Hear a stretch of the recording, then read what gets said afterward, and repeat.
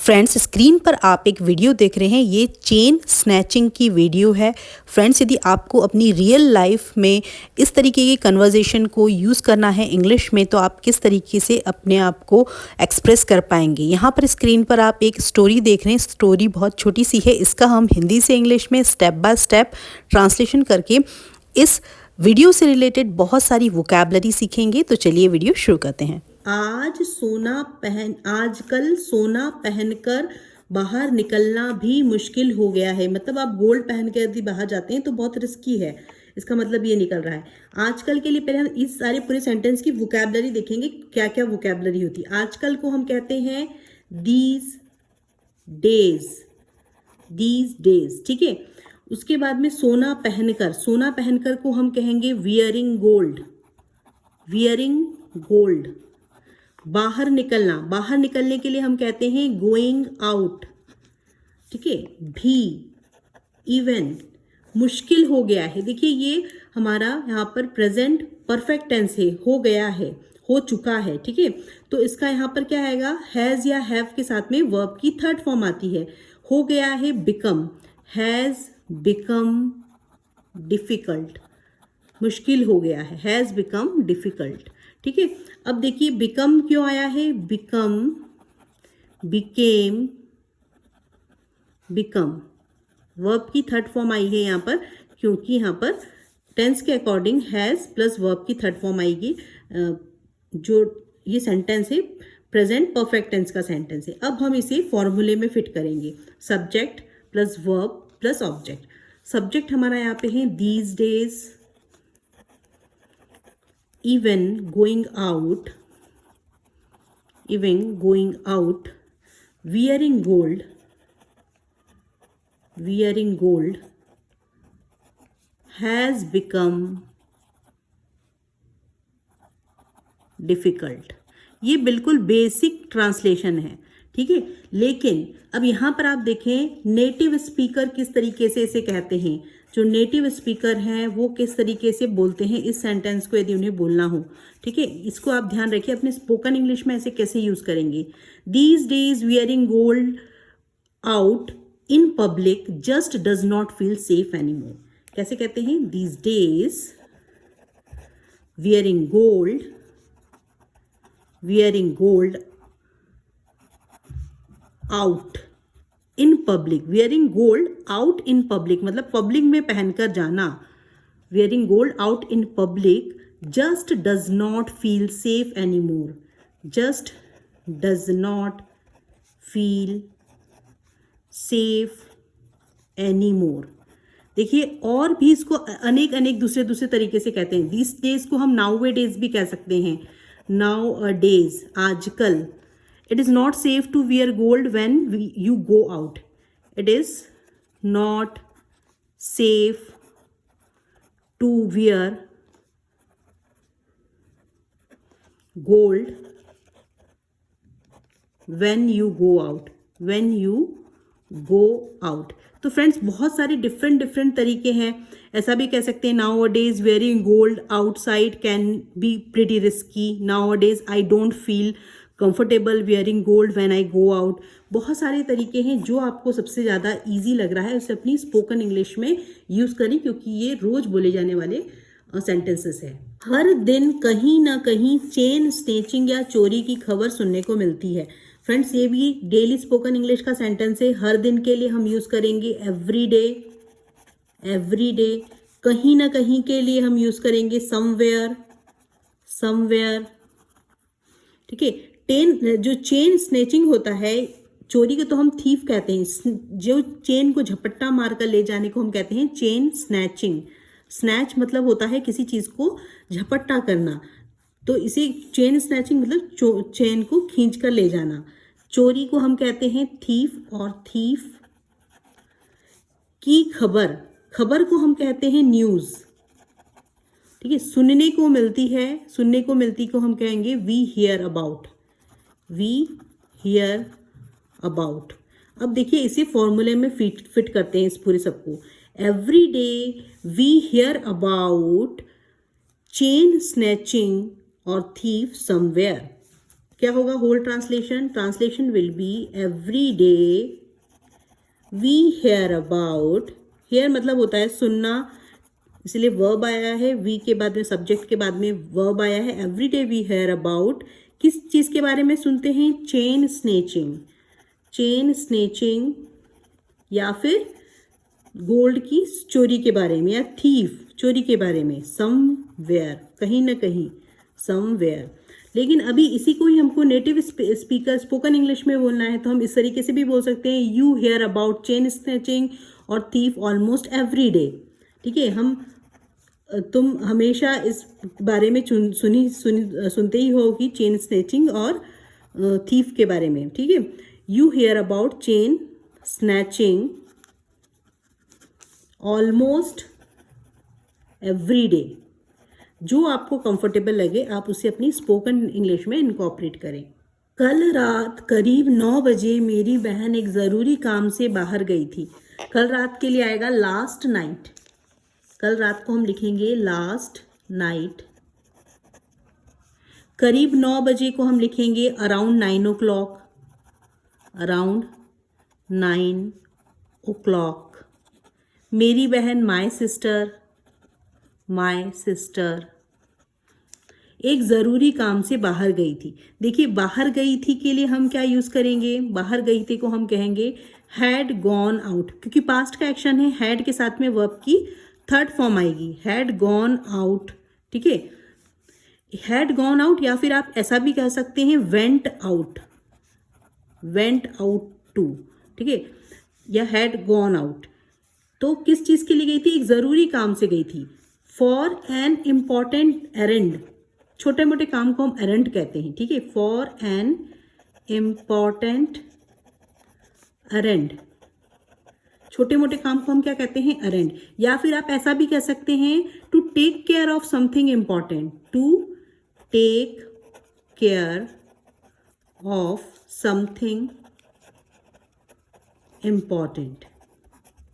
ठीक है, तो यहाँ पर आप जब पूरा ट्रांसलेशन करेंगे तो किस तरीके से सेंटेंस का फॉर्मेशन होगा? Last night around 9 o'clock my sister went out या had gone out to take care of something important या for an important errand. So translation will be last night around 9 o'clock, around 9 o'clock my sister went out। जो भी आप use करना चाहते हैं दोनों ही सही है, had gone out या went out to take care of something important, to take care of something important या for an important errand। कुछ भी आप दोनों में से, दोनों ही करेक्ट हैं, यूज़ कर सकते हैं, इसे अपनी स्पोकन इंग्लिश में यूज़ करें। काम खत्म करके वह घर वापस आ रही थी, रास्ता ज़्यादा भीड़ भाड़ वाला नहीं था। काम खत्म करके, काम खत्म करके को हम कहेंगे आफ्टर फिनिशिंग हर वर्क। ठीक है, आफ्टर फिनिशिंग हर वर्क। वह के लिए लड़की है इसलिए शी आएगा। घर वापस आ रही थी, देखो घर वापस आने को कहते हैं कि वॉज कमिंग होम बैक या was coming back home, sorry was coming, आ रही थी, वॉज के साथ में कम का आईएनजी आ जाएगा, कमिंग बैक होम। देखो इसे नेटिव स्पीकर इस चीज़ को घर वापस आ रही को हम ये कहते हैं was on her way back, इसे इस तरीके से भी कहते हैं, she was on her way back. रास्ते में है, शी वॉज ऑन हर वे, वापस आ रही थी, she was on her back home. ठीक है, तो इस तरीके से सेंटेंस का स्ट्रक्चर होगा, after finishing her work she was coming back home, she was coming back home. ये बिल्कुल बेसिक ट्रांसलेशन है। नेटिव स्पीकर इसी सेंटेंस को इस तरीके से भी कहते हैं, she was on her way back home, she was on her way back home when it happened, जब ये हुआ तो वो रास्ते से आ रही थी, when it happened, when it happened, happened का हैपेंड हो जाएगा, ठीक है। तो on her way back instead of हम we can use coming back home, ठीक है। रास्ता ज़्यादा भीड़ भाड़ वाला नहीं था, मतलब रास्ता कैसा था, सुनसान था, ठीक है। रास्ता कैसा था, सुनसान था। तो रास्ते को हम कहेंगे द रोड, रास्ते को हम क्या कहेंगे, द रोड। काफ़ी, काफ़ी के लिए हम यूज़ करेंगे, काफ़ी के लिए क्वाइट, क्वाइट, प्रिटी या बहुत। सुनसान को हम कहते हैं डेजर्ट, डेजर्टेड, डेजर्ट का क्या हो जाएगा, डेजर्टेड या क्वाइट, क्वाइट, ठीक है, सुनसान। और था के लिए हम क्या यूज़ करेंगे, था के लिए हम यूज़ करेंगे वॉज, ठीक है। तो देखिए यहाँ पर the road was quite deserted, the road was quite deserted, ठीक है। लेकिन इसे इस तरीके से भी कह सकते हैं, the road was pretty quite, the road wasn't very crowded, ठीक है। अब देखिए डेजर्टेड के लिए का मतलब होता है सुनसान, ठीक है। इसको हम एक और बहुत ही प्यारी वोकैबुलरी है जिसे हम कहते हैं सेक्युलेटेड एरिया। सेक्युलेटेड मतलब होता है सुनसान वाला जगह, एक सुनसान एकांत एरिया जो होता है, ठीक है। सुनसान एरिया क्या बोलते हैं इसे, सेक्युलेटेड, SECLUDED, सेक्युलेटेड एरिया या आइसोलेटेड एरिया, आइसोलेटेड एरिया जहाँ पर ज़्यादा अलग थलग जगह होती है, भीड़ भाड़ नहीं होती है। सुनसान इलाके को हम एक और कहते हैं डेजर्टेड एरिया, डेजर्टेड एरिया। तो ये तीनों वोकैबुलरी आप याद रखें, सेक्युलेटेड एरिया, आइसोलेटेड एरिया और डेजर्टेड एरिया। लोनली एरिया भी कहते हैं, ठीक है। तो जैसे कि सेंटेंस हो सकता है, मैं एक सुनसान इलाके में अकेले चलने से बचता हूँ, ठीक है। तो I avoid walking alone in secluded area, ठीक है। या फिर आप इस तरीके से भी कहते हैं, रात में सुनसान इलाकों में अकेले मत जाओ, don't go to secluded area alone at night. या फिर जब ये घटना हुई तब वह एक सुनसान इलाके से जा रही थी, she was walking through a secluded area when the incident happened. तो इस तरीके से सेंटेंस आप अपनी स्पोकन इंग्लिश में यूज़ करें। तो हमेशा आपको भी मैं सजेस्ट करती हूँ कि हमेशा you also avoid walking alone in a secluded area, आप भी हमेशा सुनसान इलाकों में अकेले जाने से आपको बचना चाहिए, ठीक है। तो you should also avoid that circulated area when you go out walking alone in circulated area, you should avoid। तभी अचानक बाइक पर दो लड़के उसके पास आकर रुक गए, ठीक है। उनमें से एक ने उसकी सोने की चेन छीनने की कोशिश की। फ्रेंड्स यहाँ पर मैं आपको बहुत ही सुंदर फ्रेजल वर्ब सिखाऊंगी, पुल अप, ठीक है। इसका मतलब होता है to stop a vehicle next to someone or somewhere. इसका मतलब होता है कि जब कोई गाड़ी आके आपके पास में सडनली रोक देता है, जैसे कोई गाड़ी, बाइकर्स आ रहा है, गाड़ी चला रहा था और वो आपके पास आके रोक देता है, उसे कहते हैं हम पुल अप। जैसे किसी के पास आकर गाड़ी को रोकना, आकर उसके पास में रुक जाना, ठीक है। तो जैसे कि कहते हैं ना, एक कार मेरे घर के सामने आकर रुकी, अ car pulled up in front of my house.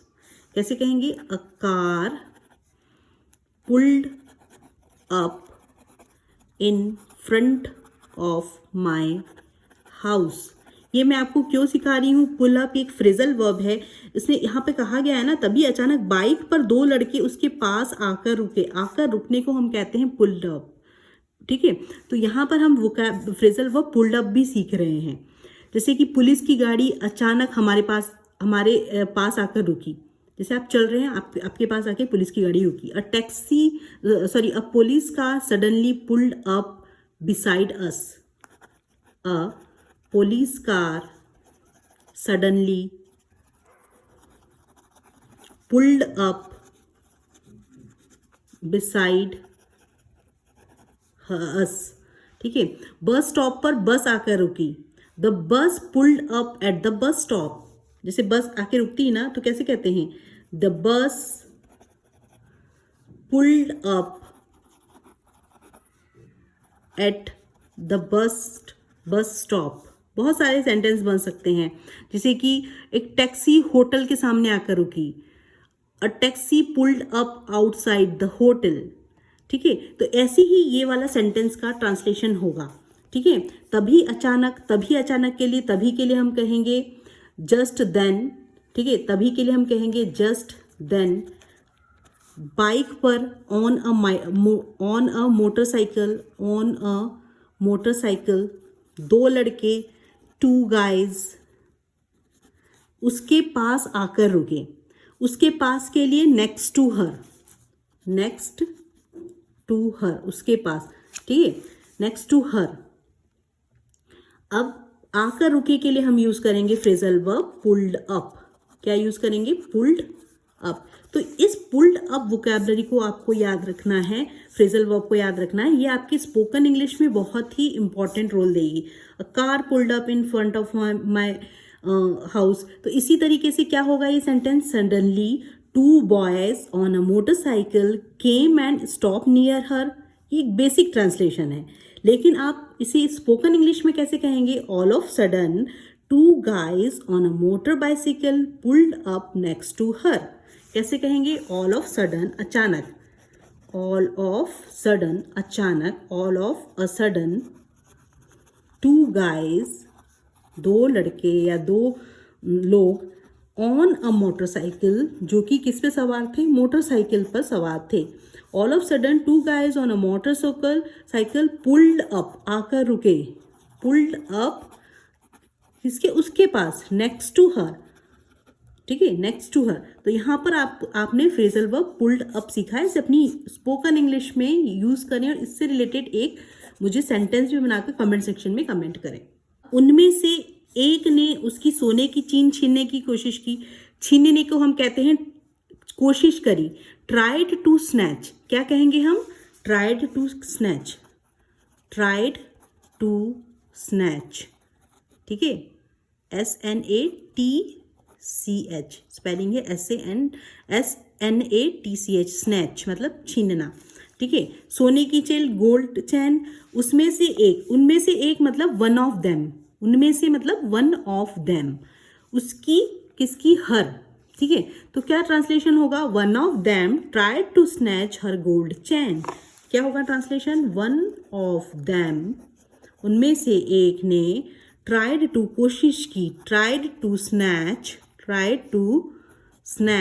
Her gold chain, her gold chain. मेरी बहन बुरी तरह घबरा गई और जोर जोर से मदद के लिए चिल्लाने लगी। मेरी बहन, माय सिस्टर, घबरा जाने को कहते हैं गॉट वेरी स्केयर। स्केयर का क्या हो जाएगा? स्केयर्ड, हो गई, घबरा गई, got very scared. And started, क्या करने लगी? चिल्लाने लगने को हम कहते हैं स्टार्टेड शाउटिंग फॉर हेल्प। ठीक है, तो क्या होगा? माय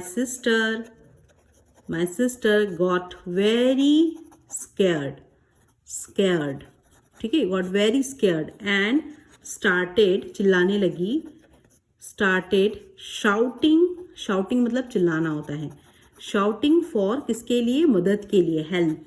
ठीक है, या फिर आप ऐसे भी कह सकते हैं my sister was terrified, my sister was,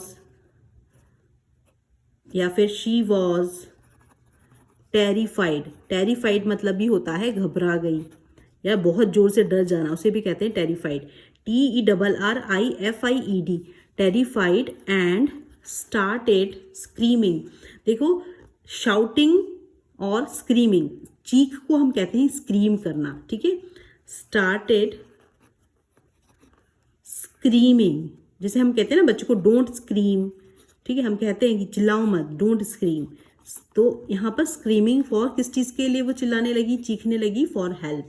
तो यहाँ पर हमने क्या वोकैबुलरी सीखी? स्क्रीमिंग। ठीक है, यहाँ पर वॉज टेरिफाइड, स्केयर्ड, शाउटिंग, ये सारे चीखने के लिए यूज होते हैं, घबराने के लिए स्केयर्ड और टेरिफाइड, चीखने के लिए स्क्रीमिंग और शाउटिंग। की आवाज़ सुनते ही आसपास के लोग दौड़कर वहां पहुंच गए। उसकी आवाज़ सुनते ही को कहेंगे as soon as they heard her voice. ठीक है, तो आसपास के लोग मतलब पीपल नियर बाय, दौड़कर मतलब दौड़कर पहुंचना मतलब रश्ड होकर पहुंचना, वहां पहुंच गए, केम ओवर, ठीक है। So whole translation will be, basic translation होगा as soon as people nearby, जैसे ही लोगों ने वहां पर उसकी आसपास के लोगों ने उसकी आवाज सुनी, as soon as people nearby heard her they rushed over. कैसे बोलेंगे? As soon as people nearby, आसपास के लोग, as soon as people nearby heard her, जैसे उसकी आवाज सुनी, दे रश्ड ओवर मतलब वो वहां पर पहुंच गए दौड़कर। नेटिव स्पीकर इसे भी कहते हैं। People nearby heard her scream, people उसकी पुकार सुनी, चीख पुकार सुनी, and rushed over to help. People nearby heard her scream and rushed over to help. भीड़ देखकर दोनों लड़के बिना कुछ लिए भाग गए। अब देखिए, इस भाग जाने का बहुत सारे हम फ्रेजल वर्ब यूज कर सकते हैं, जैसे कि टेक ऑफ होता है, स्पीड अवे होता है। इसका मतलब भी होता है स्पीड अवे मतलब तेज रफ्तार से वाहन लेकर भाग जाना। टेक ऑफ का मतलब होता है जल्दी से निकल जाना, भाग जाना, ठीक है। ड्राइव अवे भी होता है, ठीक है, गाड़ी चलाकर चले जाना, ठीक है। रन अवे भी होता है, भाग जाना। तो हम यहाँ पर तेज रफ्तार से वाहन लेकर भाग जाना यूज करेंगे, क्योंकि यहाँ पर वो गाड़ी से जैसे देखा उन्हें क्राउड को तो भाग गए वो। तो क्या बोलेंगे? भीड़ देखकर, सीइंग द क्राउड, दोनों लड़के, द टू मैन बिना कुछ लिए भाग गए। The two man speed up, देखिए स्पीड अवे फर्स्ट फॉर्म है, स्पीड अवे इसकी सेकेंड फॉर्म होगी, SPED हो जाएगा, SPED स्पीड अवे, ठीक है। ये वर्ब की सेकेंड फॉर्म है, इसीलिए ये वाला आएगा, ठीक है। तो क्या होगा ट्रांसलेशन आपका? Seeing the crowd, the two man, देखिए एक होता है सिंगुलर मेन और मैन, ये सिंगुलर है, ये दो हैं तो यहाँ पे MEN आ जाएगा, ठीक है, ये याद रखना। सेम वैसे ही होता है वुमेन मतलब एक महिला, वुमेन मतलब बहुत सारी महिलाएं, ठीक है। तो वैसे ही two man speed away without taking